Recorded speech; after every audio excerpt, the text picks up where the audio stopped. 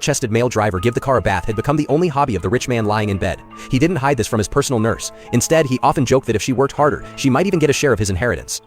Oh, you'll live to be 200. The nurse was inexperienced and not devious at all, beautiful, kind-hearted, and optimistic about life. Her requirements in the job interview were simple. She just hoped for decent meals so she could save more money for her wedding. But to her surprise, she had only said this to the interview supervisor, so she didn't expect her stern-looking boss to know. What was even stranger was that Jacob suddenly seemed interested in her personal life today. Tell me, you've picked your husband out yet? It was a very personal question, and the nurse didn't intend to answer, but Jacob kept pressing. You can totally treat me like a caring older brother, and you know my time is precious. I never see more than 2 people a day, so you should cherish advice from a billionaire. What does your lover like? The nurse clearly lacked experience and couldn't handle teasing. She suddenly blushed. To her, a fiancé and a lover were 2 different things. With that wording, she felt like she was a bad girl. Even though Jacob didn't mean it that way, in her opinion, what counts as a good girl today is very different from 50 years ago. Young people nowadays care mostly about looks. Jacob understood this well. After all, his wife was only a few years older than the nurse. Speaking of Jacob's wife, the nurse was full of admiration and thought Layla was the most beautiful and happiest woman in the world. But Jacob was clearly displeased and didn't want to talk about her. He instead asked when the nurse would get married. She hesitated and said she wasn't sure of the date yet, and she didn't want to continue the topic, clearly avoiding something. Jacob knew the reason. The nurse's fiancé was his driver, Vic, and she feared losing her job if she said it. But Jacob didn't expose her. Instead, he pretended to guess that she would marry some muscular guy in mid-July.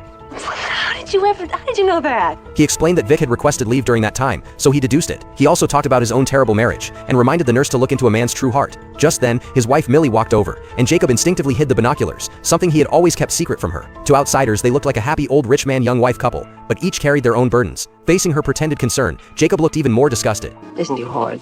I don't know why you put up with him. With the money, just like you. Layla was long used to such humiliation. She didn't argue and instead proactively fed him his medication. After all, their expenses still depended on Jacob, so she had to keep up appearances. Jacob didn't want to talk to her, but upon seeing Layla all dressed up, he couldn't help mocking, "So who are you trying to seduce this time?" Layla was impatient and casually replied that she was just going shopping. The nurse took the chance to compliment Vic, saying he had polished the car till it shone like new this morning. It's not shiny enough, buy another one. Layla sensed the intentional jab and couldn't help talking back. "If you could still stand up, we'd go for a drive together." Then she gracefully walked out of the room. The nurse looked embarrassed and hurried to change the subject, admiring Layla's outfit. Jacob joked, "You'd better dress like this before the wedding, otherwise Vic will definitely mind." The topic suddenly returned to the male driver again. As the nurse hurried to explain that Vic wasn't that conservative, Jacob quietly picked up the binoculars and watched Layla and Vic fooling around again right before his eyes. Though bedridden for a long time, Jacob surprisingly knew everything that was happening, and again reminded the nurse that Vic might be a cunning scumbag. The nurse was shocked and had to admit that last time she had caught him hugging the housemaid, and if she had had a knife at that moment, with her temper she would have sent him to heaven. Hearing this, Jacob suddenly thought of something and quickly claimed he was tired and needed rest, and before she left, he asked the nurse for a favor. He had a small lady's anti-theft pistol that hadn't been maintained for a long time, and he wasn't sure it still worked, so he hoped the nurse could take it to Vic and have him check it.